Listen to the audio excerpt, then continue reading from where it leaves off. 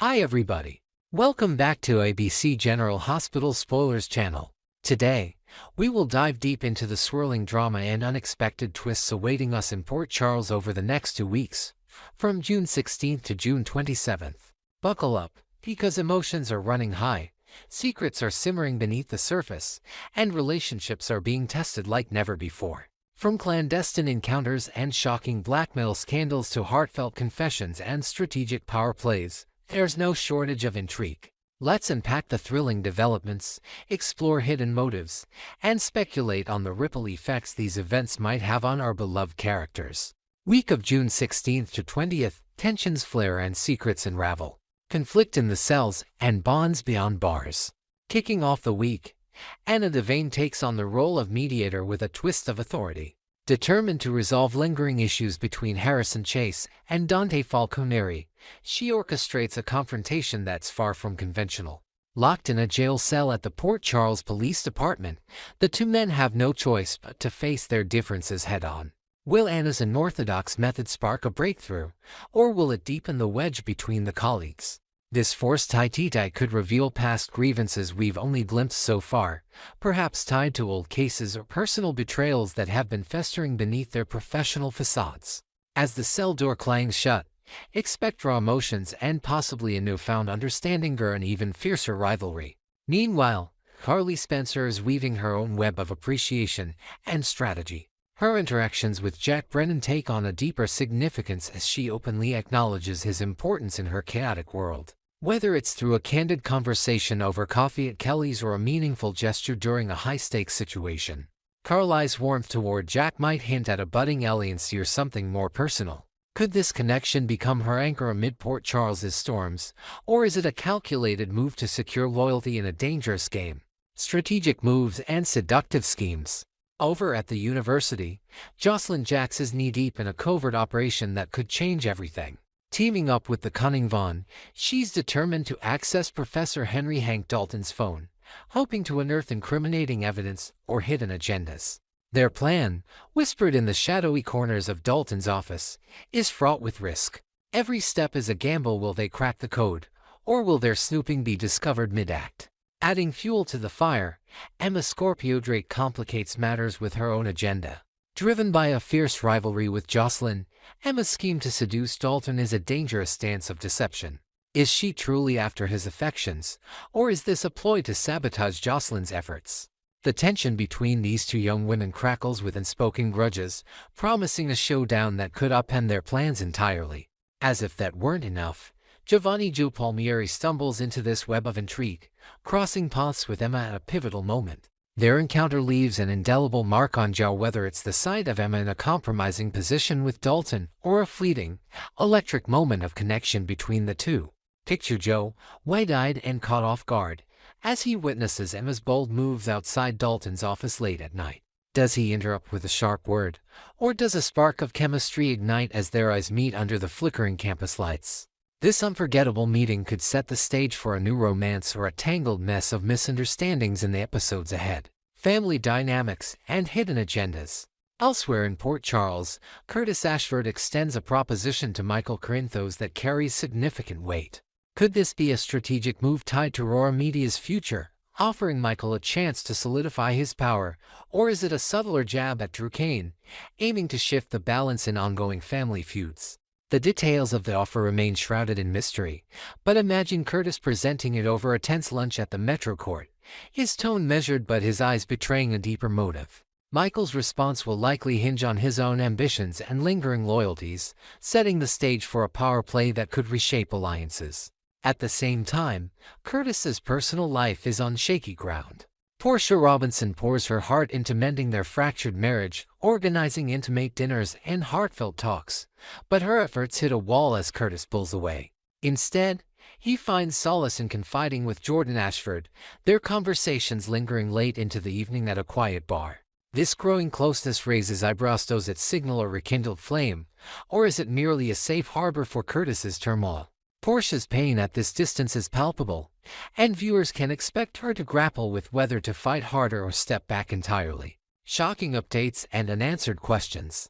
For Kai Taylor and Trina Robinson, the week delivers a bombshell update that could alter their paths. Is this news tied to Trina's ongoing quest for clarity about her parentage, perhaps a DNA test result that unveils a long-buried secret? Or does it connect to the documentary project they've poured their hearts into, maybe a revelation about a key figure in the film? Imagine the two huddled over a laptop in Trina's dorm, their faces lit by the screen as they process the life-changing information. This development promises to deepen Trina's emotional journey, with Kai as her steadfast supporter perhaps a complicating factor if their perspectives clash. Sonny Corinthos, ever the commanding presence, demands answers from Jen Sidwell with a ferocity that hints at desperation. Is Sidwell the key to unraveling a threat against Natalia Ramirez's escape plan, or does he hold clues to the shadowy enemy haunting Sonny's every move? Picture Sonny cornering Sidwell in a dimly lit warehouse, his voice low and dangerous as he presses for the truth. The stakes couldn't be higher, and Sidwell's responsive evasion might determine whether Sonny's plans crumble or gain new momentum. Emotional struggles and family ties. Sasha Gilmore Corbin faces a wave of distress this week, her world rocked by an undisclosed crisis. Fans are left clutching their hearts, hoping little baby Daisy Gilmore Corinthos is safe and sound. Perhaps Sasha uncovers a health scare for Daisy during a routine checkup at General Hospital, her hands trembling as she awaits test results. This emotional turmoil draws her closer to Michael, as the two share a raw, honest conversation about their convoluted family dynamics. Seated on a park bench, with Daisy napping in a stroller nearby, their words cut through years of tension. Could this moment of vulnerability pave the way for Michael to step into a more active role in Daisy's life? Or will past hurts keep them at arm's length? On another front, Drew Kane and Jason Morgan clash over a proposition meant for Michael. Drew's insistence that Jason deliver the message is met with resistance, their argument erupting in a heated exchange outside the Quartermain mansion. Jason's refusal to be a mere messenger reveals the deep cracks in their relationship. Trust is a scarce commodity here. Yet, amidst this friction, Willow Tate faces a crossroads of her own. Her decision looms large. Will she sever ties with Drew to secure a future with her children, or will unspoken feelings pull her back? Imagine Willow pacing her living room, weighing the ache of letting go against the promise of stability, as the weight of her choice shapes her next chapter. Week of June 23rd to 27th, blackmail bombshells and buried truths. Custody case chaos. The following week brings a storm of revelations surrounding the recent custody battle. A social media hint from Cameron Matheson suggests Judge Eva Heron may have been blackmailed to sway the outcome in Michael's favor. Was Tracy Quartermain the mastermind pulling strings behind closed doors, using her influence to tip the scales, or does another player hold the incriminating leverage? Envision Michael uncovering this dark secret through a cryptic message slipped into his briefcase, his mind racing as he pieces together the manipulation. The truth's emergence could shatter his victory, forcing him to scramble to contain the fallout before it destroys everything he's fought for. Willow, too, is caught in the crossfire.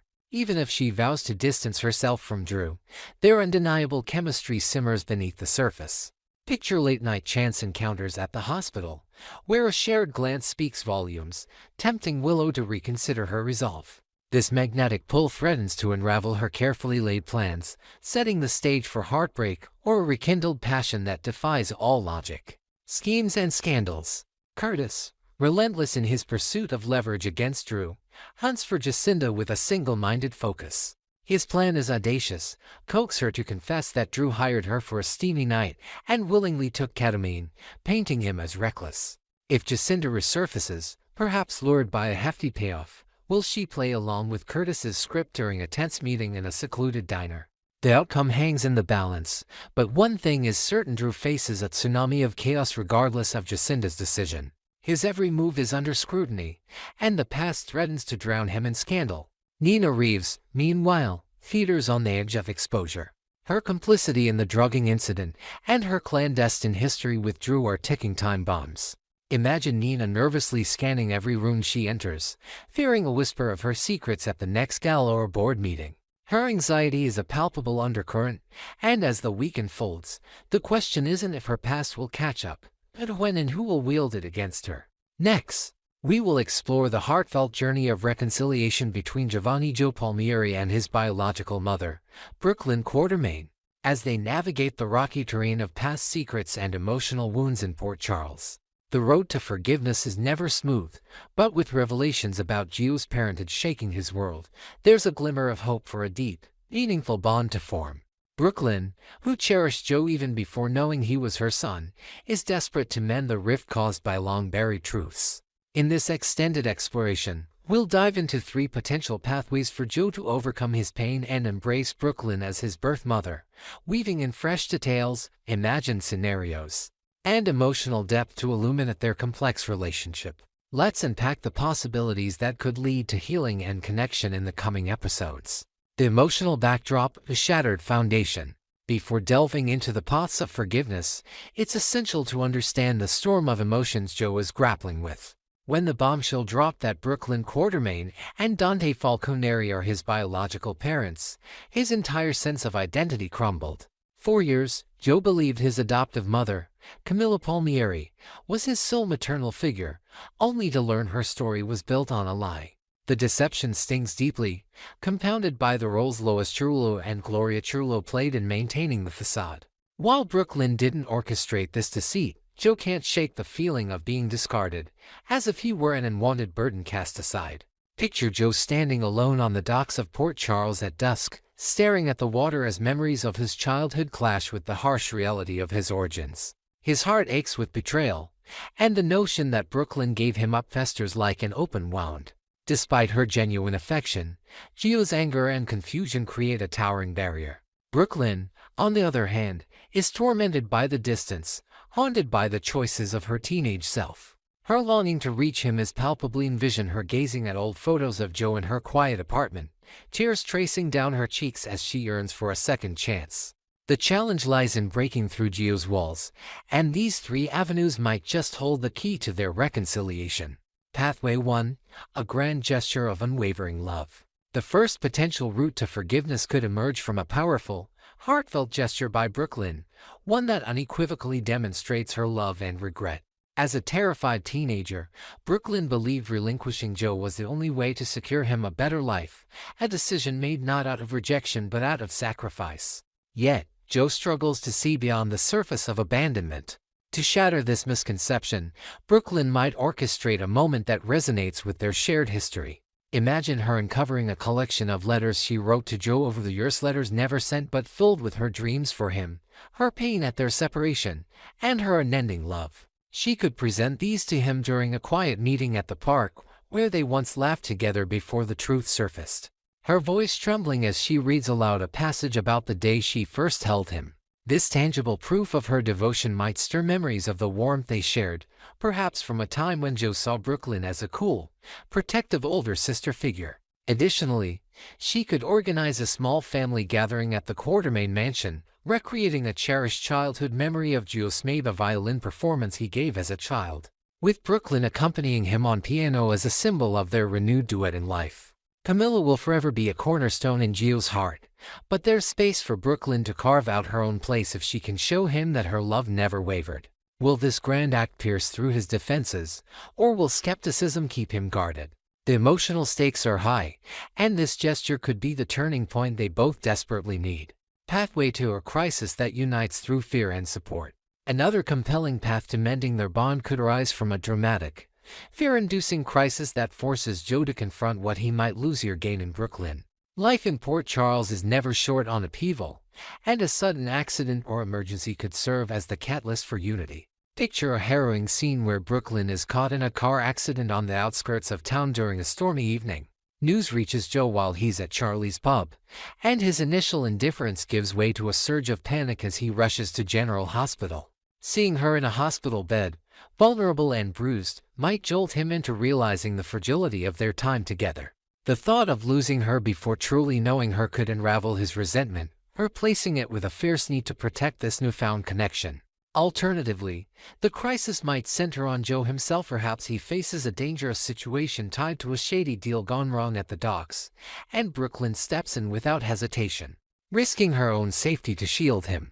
Envision her pleading with a menacing figure to let Gio go, her maternal instinct blazing as she stands between him and harm.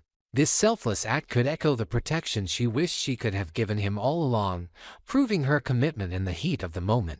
Dante Falconeri might also play a role, joining Brook Lynn to support Gio, creating a united parental front that surprises and comforts him. Whether the ordeal is physical or emotional, such as a legal battle over Gio's future, this shared trial could weave their fractured family closer, turning fear into a bridge for forgiveness. Will a moment of peril be the spark that reignites their bond, or will lingering doubts keep them apart even in crisis?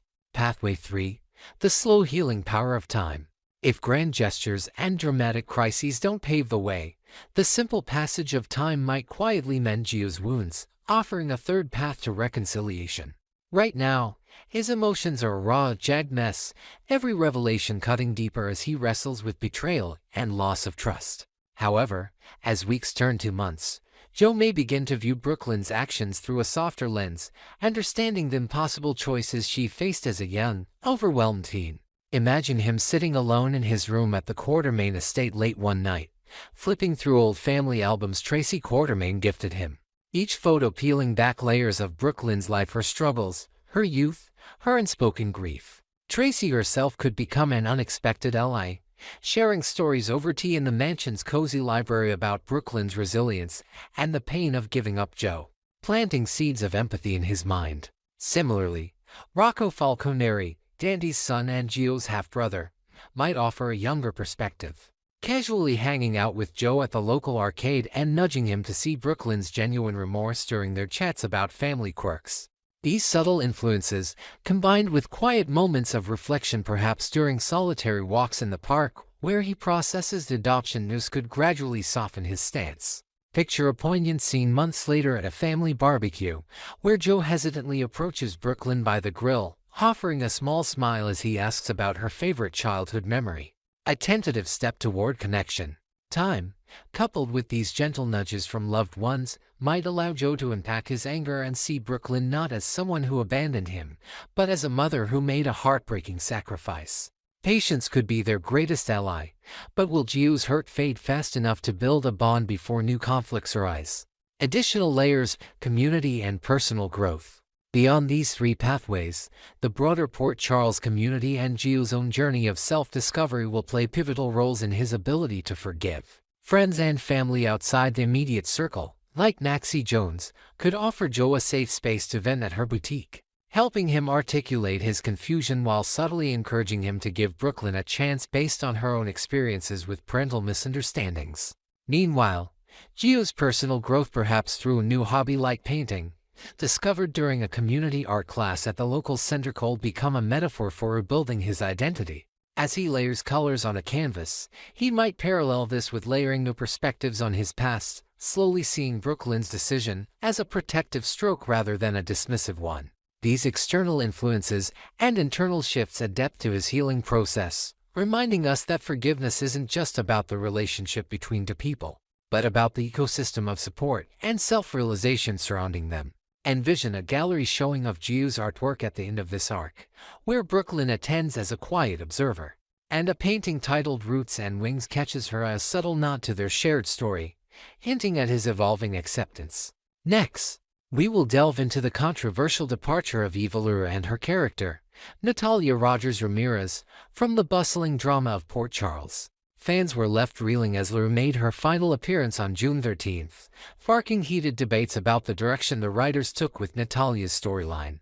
With an actress of Lura's caliber, expectations were sky-high for a compelling arc, yet many viewers feel her character was mishandled, leaving a bitter taste in their mouths. In this expanded exploration, we'll dive into the highs and lows of Natalia's tenure, examine the missed opportunities in her narrative, and ponder whether the show squandered a golden opportunity with such a celebrated talent.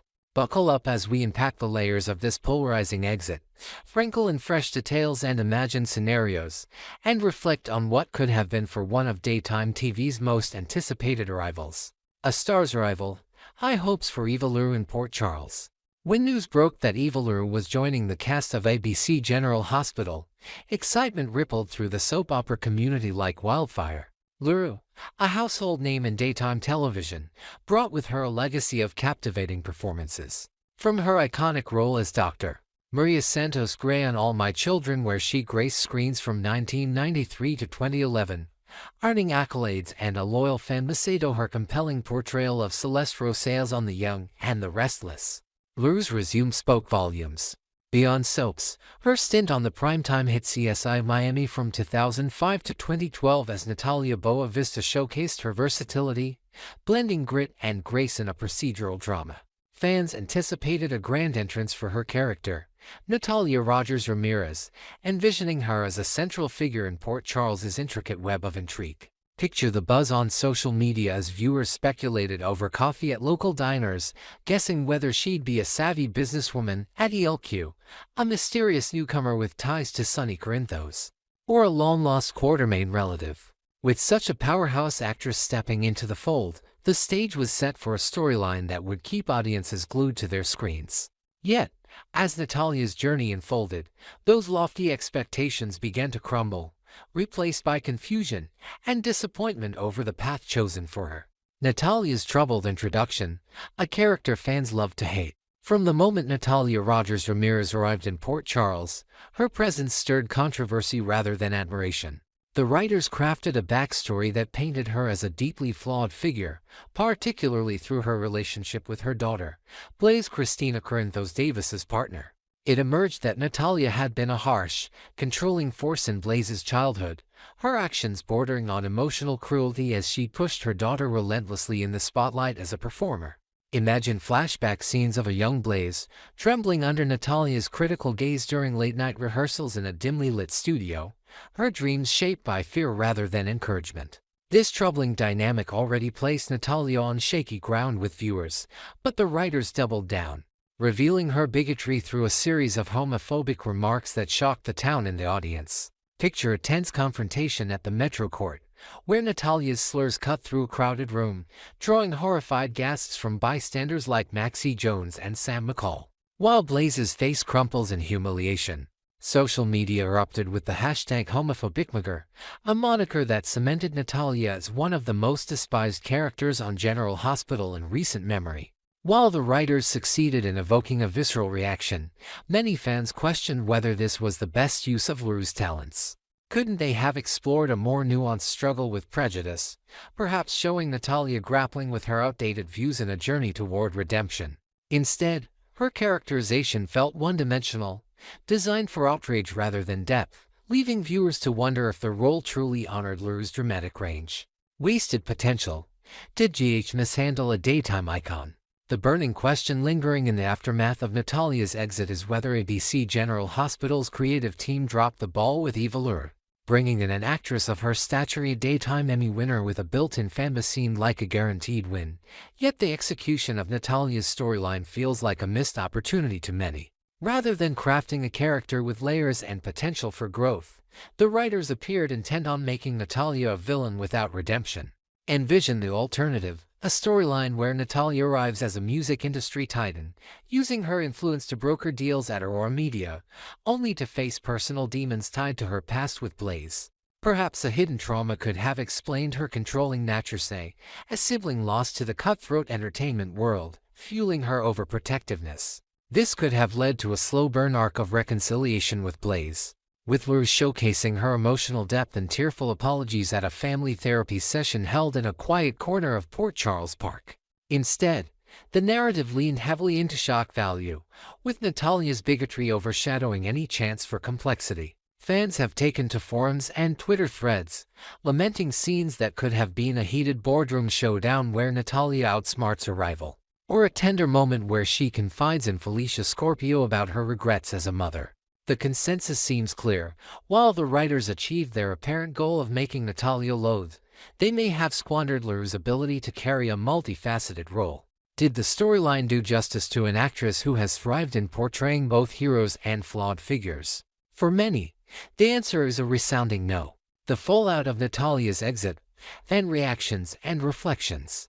As Eva Lure bid farewell to Port Charles on June 13th, the response from the General Hospital fandom has been a mix of frustration and curiosity. Viewers who followed Lure from All My Children or CSI Miami expressed disappointment at seeing her talents underutilized, with some organizing online petitions for a reimagined return, perhaps as a twin sister to Natalia with a contrasting personality. Imagine a surprise twist where this twin, let's call her Marisol Ramirez, arrives at the invader's office seeking answers about Natalia's sudden departure, opening a new chapter for Lou to shine. Others, while critical of the writing, admit to being riveted by the raw emotion Lou brought to even the most unlikable senator. I see delivery of heartful words to Blaze cut like a knife. A testament to her skill. Picture fans gathered at a local watch party in a cozy bar, debating over drinks whether Natalia deserved a redemption arc or if her exit was the clean break the show needed. Some viewers, however, found themselves conflicted, acknowledging that while they disliked Natalia, the character sparked important conversations about prejudice and family dysfunction. Could the writers have extended her stay, allowing for a gradual shift in her worldview through mentorship from someone like Alexis Davis, who knows the sting of judgment? The missed potential lingers like a shadow over her departure, prompting discussions about whether General Hospital prioritized short-term drama over long-term character development. What could have been? Imagining a better path for Natalia. Looking back, there are countless roads the writers could have explored to give Eva Lou a storyline worthy of her talents. One possibility is tying Natalia to a larger Port Charles mystery, perhaps as a key witness in a mob-related case involving Sonny Corinthos. Her insider knowledge of the music industry revealing a money laundering scheme. This would have positioned her as a morally gray player, with Lure delivering intense courtroom testimonies at the Port Charles courthouse, her poise cracking under cross-examination by Diane Miller. Alternatively, a health crisis could have humanized Natalia. Envision her collapsing during a heated argument with Blaze at Kelly's diner, later diagnosed with a rare condition, prompting a reluctant truce as mother and daughter navigate hospital visits together at General Hospital. These scenarios would have allowed Lure to flex her dramatic chops, portraying vulnerability alongside strength, even within the homophobia storyline. A more gradual approach could have worked. Perhaps Natalia initially struggles with Blaze's relationship but seeks understanding through conversations with supportive figures like Jocelyn Jacks, who challenges her biases during a chance encounter at the community center. Such a narrative would have offered Lou room to evolve on screen, turning Natalia's flaws into a journey rather than a dead end. Instead, her abrupt exit feels like a door slammed shut on untold stories. Final thoughts: a missed opportunity in Port Charles. Eva Lou's departure from ABC General Hospital as Natalia Rogers Ramirez leaves behind a bittersweet legacy. While her performance was undeniably powerful, even in the most divisive moments, the consensus among many fans is that the writers failed to harness her full potential. A character that could have been a dynamic force, whether as a reformed antagonist, a conflicted mother, or a strategic powerhouse, was instead reduced to a polarizing figure whose exit came too soon to fully explore her depths. As we reflect on what might have been, the question remains, did General Hospital fumble a golden opportunity with Eva Lou, or was Natalia's controversial arc a necessary spark for conversation? We'd love to hear your take. Were you a fan of Natalia, or do you think the show should have given Lou a different storyline? Drop your thoughts in the comments below, and stay tuned for more updates on comings and goings in Port Charles. Until next time, keep watching for the drama that only General Hospital can deliver.